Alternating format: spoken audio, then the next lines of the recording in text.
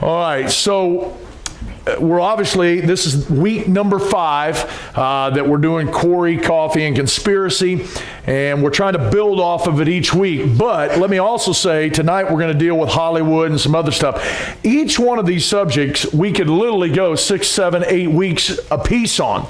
We're just giving the overflow during the summer, and then what I'm going to do is once my Thursday night classes start again, I'm going to pick up on this again, do my Thursday night classes from 7 to 8, and then upload them online again, so that I don't want to mess up anything we're doing Wednesday nights here. I'll do that. The people that can make the classes, great. Those who can't, they'll be online on the YouTube, and we'll go from there. So obviously, we keep starting with this verse, and the reason I want to start with this verse each week is I want to remind you, the God of this world is Satan, Lucifer, whatever you want to call him. So the greatest religion that is on this planet is Luciferian, okay? It's the worship of Lucifer. It's the worship of Satan. And so therefore, all the systems that are on the planet that he is the God of are working together to bring him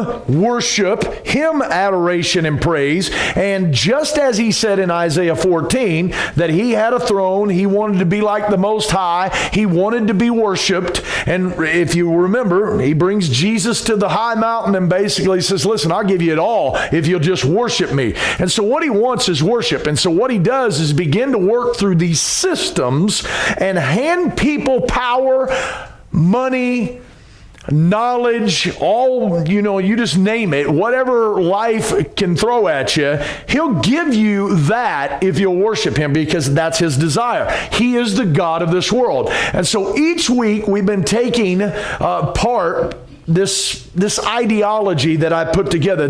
When we speak of conspiracy, now there are certain things that are conspiracy theory.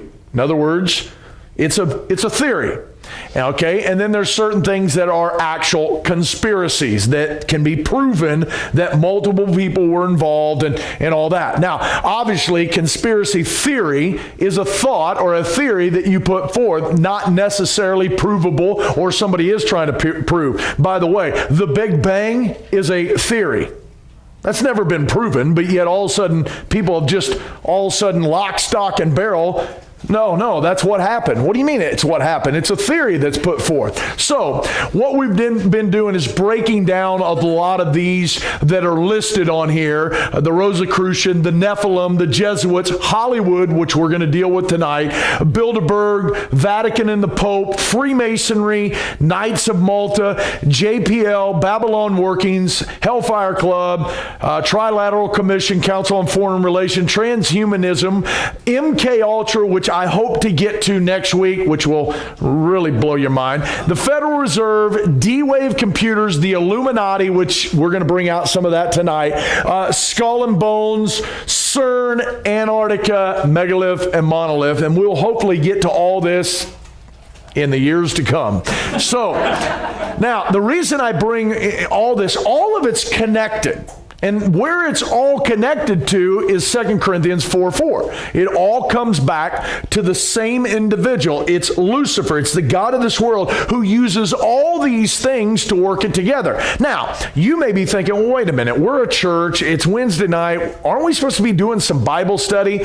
Okay, now, granted, we're not bringing out a lot of Bible, but we are going off the premise of the Bible that there is going to be a one world government, one world religion, one world monetary system, a one world dictator, and all this is going to come together, and it's already working now, okay? The spirit of Antichrist is already here. We're not waiting for it to get here. It's here. It's working. And so if you and I really believe that the rapture is imminent and that it's just over the horizon and we're expecting it to happen at any moment, well, then wouldn't we also believe that the God of this world is working his deal to be right there on the verge of it all happening?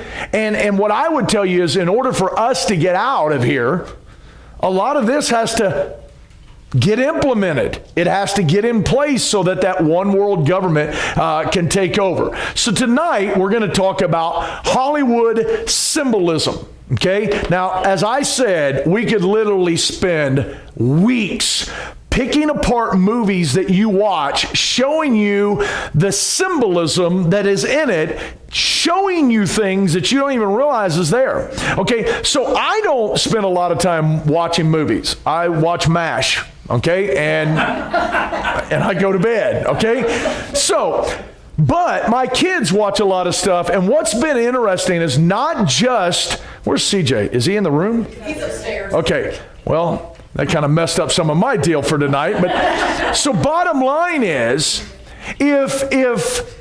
when I've been in the truck and I've been talking and I'll say stuff like the Vril or the Vrillian people that Adolf Hitler was searching for and found in the Tibetan mountains, my son goes, "Oh yeah, I know all about that." How do you know about that?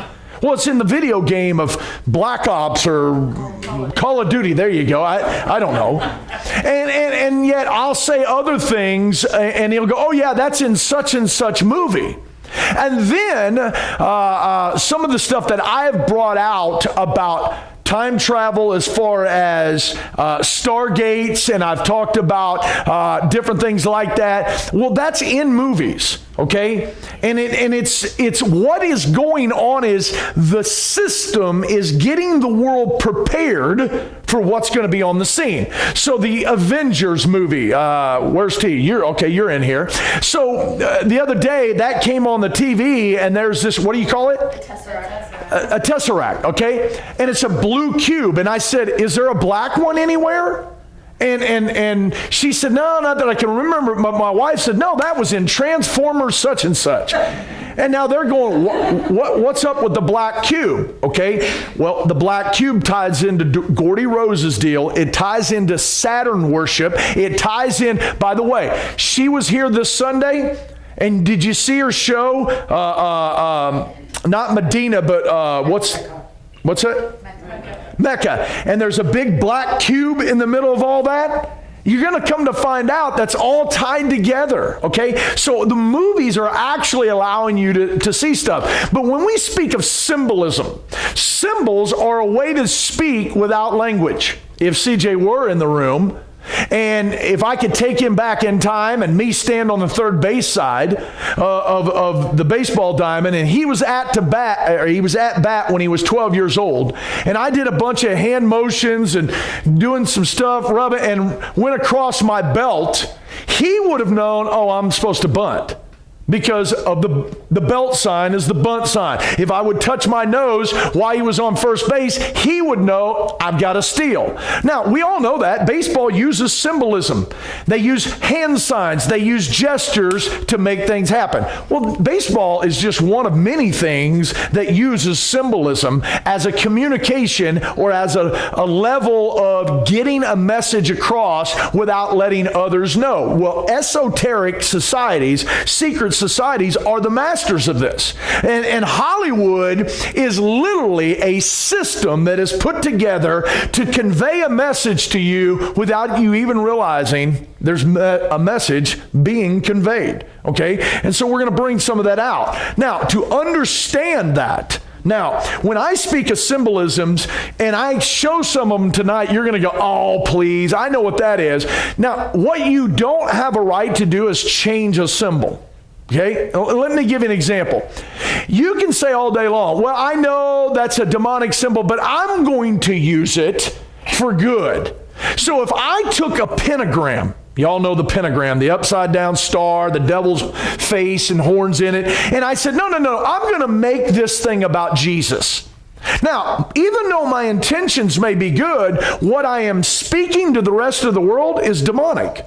And you say, "Well, I have no intentions of doing that." You may not, But that's what's being spoke of. You can't just change a symbol. By the way, just a little side note, if you carry a New King James Bible, look at the symbol that is on it. On all New King James Bible, you'll find a symbol called a triqueta. Go study where that thing came from. But to understand symbolism, you got to understand Manly P. Hall. Manly P. Hall was an esoteric society guy. He was a guy who understand the hidden teachings. He was into sorcery and all that. He was a 33rd degree Mason, and he wrote a book. And by the way, when Masons ever talk to me and tell me I don't know what I'm talking about, I bring up Albert Pike and Manly P. Hall, and the vast majority of them never have read one book by either one of those guys. Now, one of them happens to be this book, The Secret Teachings of All Ages. He says in it, symbolism is the language of the mysteries. By symbols, men have ever sought to communicate to each other those thoughts which transcend the limits of language, rejecting man-conceived dialects as inadequate, unworthy to perpetuate divine ideas. The mysteries thus choose symbolism as a far more ingenious, ideal method of preserving their transcendental knowledge. In other words, what he's saying is language has a breakdown. You realize that? All language has a breakdown one to another. However, signs can transcend from language to language. Okay, the bottom line is, and I'm not trying to be crude, you can hold up your middle finger in any country on this planet and everybody knows what you're talking about, right? Okay, nobody goes, what does that mean? Okay, everybody knows that. And I don't even care if you speak the same language, that's the way it goes. Same thing in all of the symbolism that goes back to the antiquity. And even in Manly P. Hall will tell you all the symbolism that is in the quote-unquote Illuminati or the secret societies or Freemasonry can be traced back all the way back to the times of Egypt and even further. So for you and I to come around and go, no, it's no big deal. Wait a minute. It's been a big deal for 6,000 years. And now all of a sudden you're going to say, no, it's not? Hang with me. Okay? Now, Hollywood. That's who we're talking about. You ever wonder why it's called Hollywood? I mean, think about this. We listen to this all the time. And by the way, do you remember the girl Sunday? You know what she said she thought about America is what she learned from Hollywood. Okay? So what's happening is the world elites are using Hollywood to change culture, not only here, but throughout the world. When we were in Cambodia, we had some downtime and some folks said, hey, let's go see a movie. Okay, well, I'll sit here and drink coffee, you go to the movie. It's not that I'm against movies, I have no interest. Okay, now, every movie you wanted to see here was there. I asked T, do you want to go see, what was it? Ant-Man, there you go. Gee, I don't know if that ties into Genesis 6, but however, wanted to go see Ant-Man. I said, why don't you go see it? No, I can't because the group at church wants to see it when we get back. Well, isn't it interesting? The exact same movie that's being played here in America is being played in Cambodia. And so the same effect that Hollywood has on you has the same effect on those that we're trying to reach in Cambodia. Okay? It's a far-reaching symbolism. Now watch, Hollywood. When we look at Hollywood, we have to start with the Druids, okay? If you want to understand, you ever stop, and this is not a racial statement, just listen to me. You ever stop and wonder why white Anglo-Saxon men rule the world? Okay, study Europe. And study how they got into America, and you're going to come to find out that Europe, for the most part, was controlled for centuries by Druids. Okay? Now, a Druid, if you look it up, is a priest, a magician, a soothsayer in an ancient Celtic religion. And there's a lot of degrees to Druids, much like there is many degrees to Christianity and so forth. Now, the Druids were tree worshipers, okay? They worship, especially the oak, okay? But when it came down to a soothsayer's magic wand to cast a spell, he used a holly branch or holly wood. The conductor over the symphony uses a wand, right? And what he's telling the people is, you better march to my tune.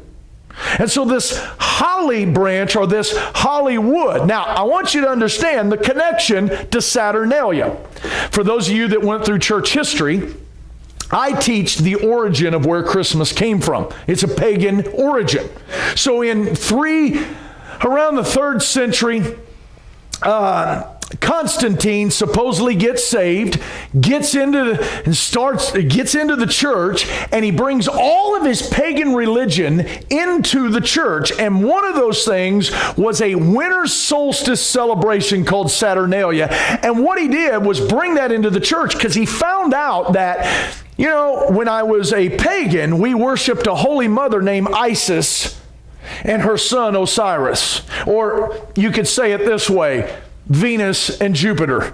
Okay? There's many different names because all of it is simply Baal religion. It is Nimrod and Tammuz. December 25th is the birthday of Tammuz. It's not the birthday of Jesus Christ in any way, shape, form, or fashion. He died in the spring at 33 and a half years old. A 5-year-old can figure math. Okay? Go back 33 and a half years. You don't end up in December, but that's a whole nother story. But it's Saturnalia, okay? And Saturnalia was worshipped by multiple people, multiple pagans, but the Druids were one of them, and what they used instead of an evergreen tree, they worshipped an oak tree, but they also used holly trees. Deck the balls with bars of Hari. Okay, you got. Check my wife out. Okay, see, you guys remember? I'm doing the Christmas story. If you guys remember, they're in there with the duck and the Asians dudes are singing. Okay, but so check it out now. It's all about the holly tree, right? It's being tied into Saturnalia. It's being tied into Christmas. It's tied into that same thing with the holly branch or the holly wood. Okay? Now hang with me. That's where we get the balls of holly. Now, does anybody else know the nickname for Hollywood? Hollywood. There it is. Tinsel Town. What do you put on your Christmas tree? Tinsel? Okay. Not anymore? Okay. You think maybe there's a connection here? So here's the thing. The Druids, which you got to understand the influence of the Druids in power and authority coming. Listen, John Dee, Francis Bacon, all these guys were into the mystical religion. They were into understanding what it means to cast spells and all that. And what's going on in Hollywood is they are casting a spell upon the world by influencing them and getting them to think the way they want them to think. Think about society. Now, guys, it doesn't take a rocket scientist to figure out why we have more violence. Think about the games, think about the movies, think about the sex, all the alcohol, the drugs, everything. Bill McCricker's not here. He's probably our oldest member. He's born in the 30s. He would have never seen the violence that we see today. Do you know your brain? Psychologists have even said your brain has a hard time having a differentiation between violence that it sees on a television screen and violence it sees in real life. Why do you think you can watch a scary movie and the hair stands up on the back of your neck? Or you're freaking out because you heard a sound in your house? Because to the brain, it's reacting to the same if that was there in real life. And so what Hollywood does is create a false narrative or a false reality. If you guys remember The Matrix, when he says, "Is that air you're really breathing?" Okay, so here's what we got. We got women who like to watch The Notebook, right? Yeah. Okay, so here's what we do is we build up an expectation. And she watches this wonderful guy and how awesome he is, and then she looks over at this guy with his pot belly, eating M&Ms, sitting there in the couch, and she's like, what's the matter with my life? Nothing. That's reality, as bad as it seems. But what they do is portray a non-real world to you, and it affects your way of thinking, okay? Now, hang with me. Now watch this. You guys ever seen Will Smith in Focus? Now I'm going to show you a clip of the movie, and I want you to be able to understand for the rest of tonight this thought. So, if I can get this to, the mouse here doesn't do so well. If you, there we go.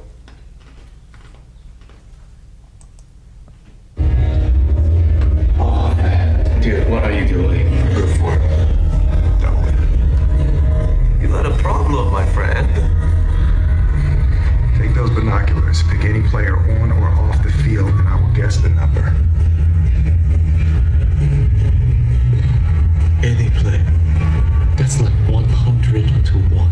It's good odds for you. 2 million. That's crazy. Oh, I don't like it. Okay. I'll sweeten it for you. You pick the player, and she'll guess the number. What?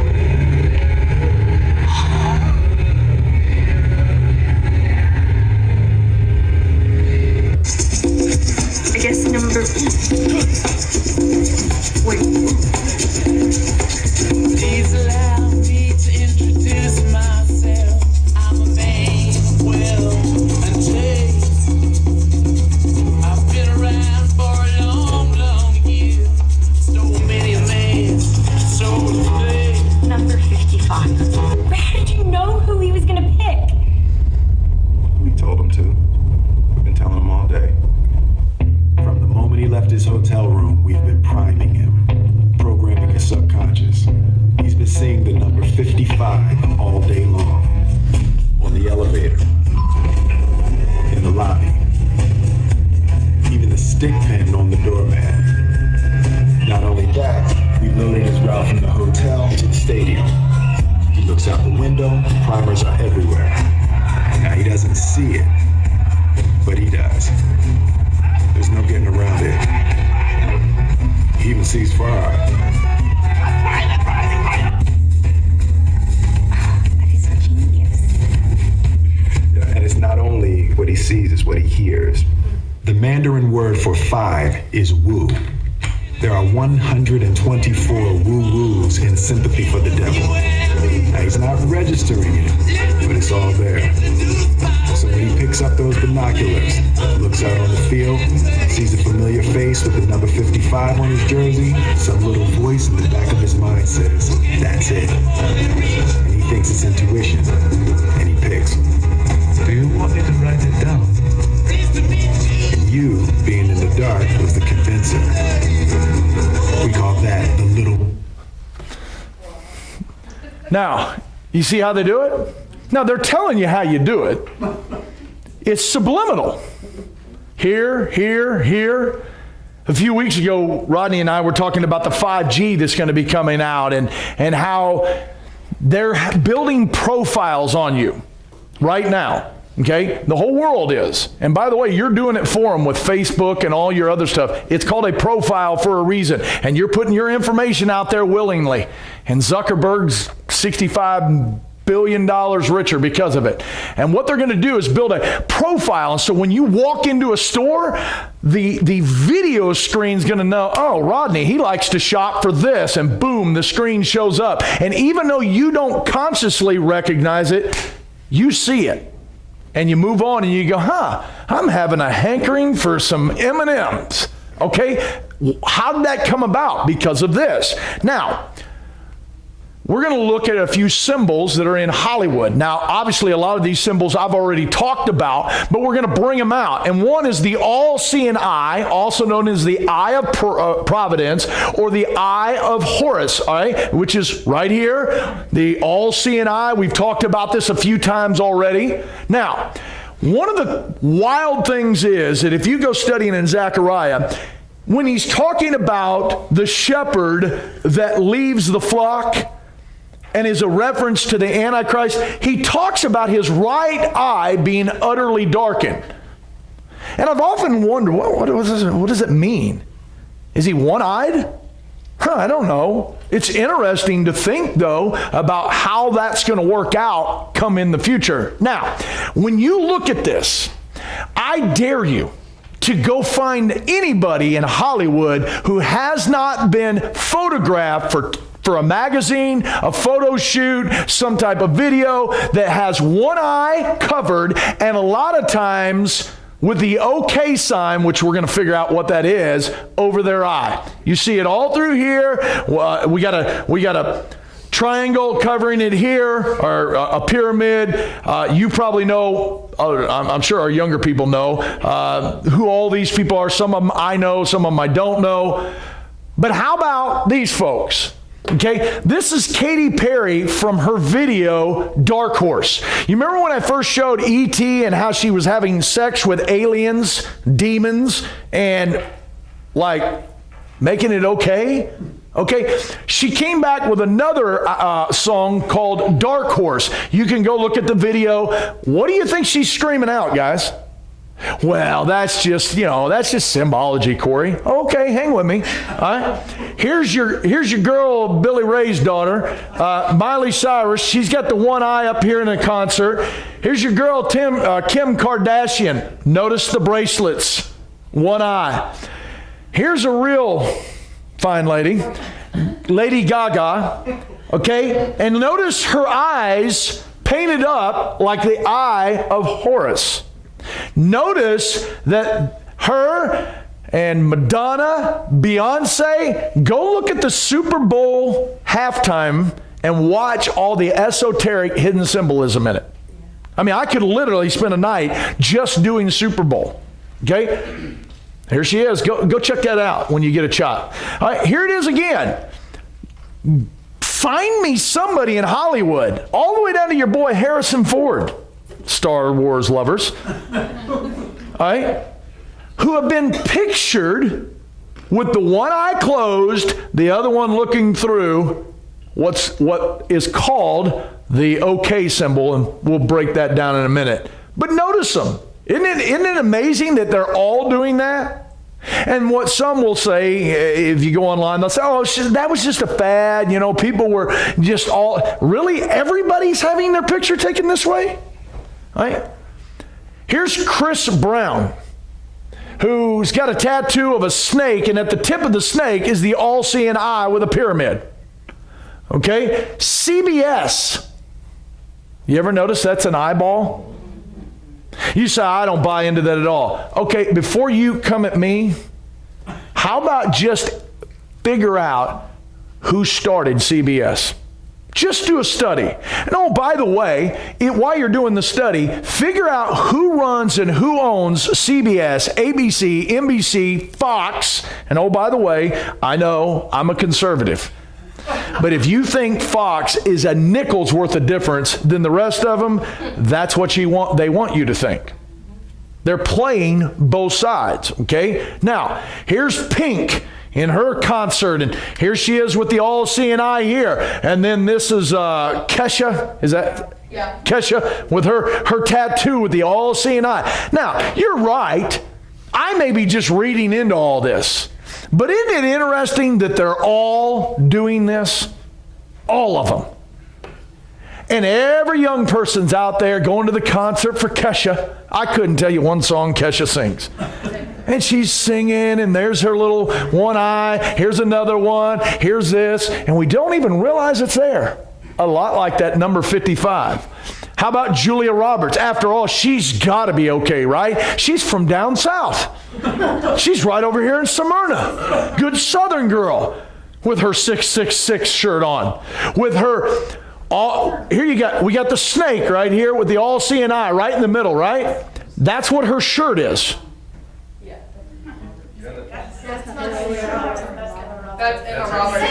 Emma Roberts here? Who is that? Okay.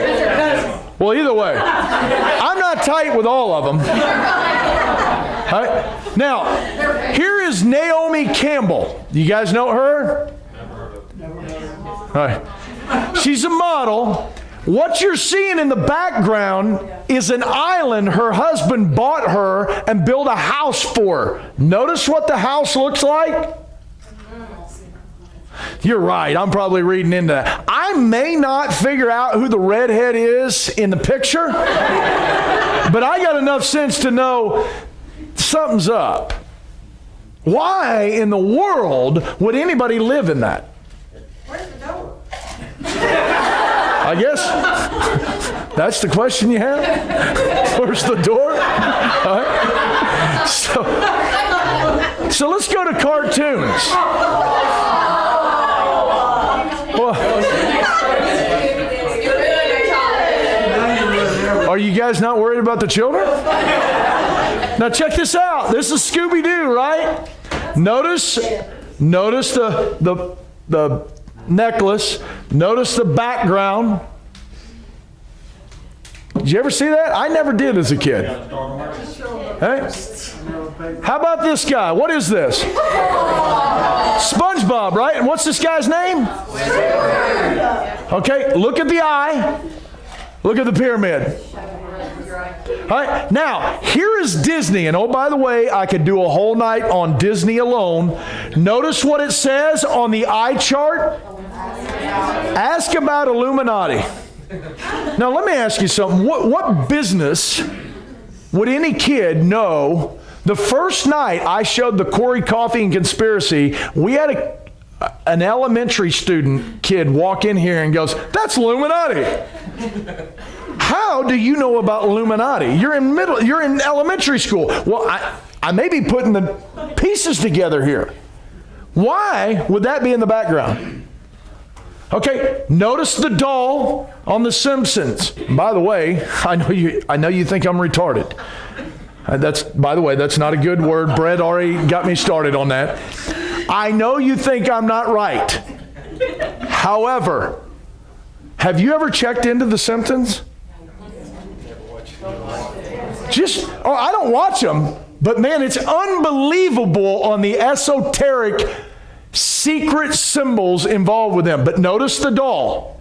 All right, look over here at Homer. You got the pyramid here. You got the square and compass over here. There's a sun right behind him. All right, now let's look at Dora. By the way, that's the big thing at the Jay-Z concert. What's Dora doing? How about the right here on the bottom of the skateboard? Now, if you were sitting down watching this, probably for the most part, you'd be like the guy with number 55. You would never see it. You would just go through the deal. Here we go. By the way, this is trash. I mean, it doesn't take 30 seconds to realize how messed up this is. And what's happened is we raised a bunch of adults who are still into cartoons, and so we created adult cartoons, and this is what they're doing. Here you got the symbolism here. Notice under Welcome to Springfield, you got a sign with a road, here's people, and an Illuminati symbol. The all-seeing eye. Once again, if you were just watching haphazardly, you'd never even notice it, but it's there. And they're getting you to see it without you even knowing you're seeing it. All right, now, if I can make it play, here's my favorite cartoon as a kid. I'm having a problem with this mouse.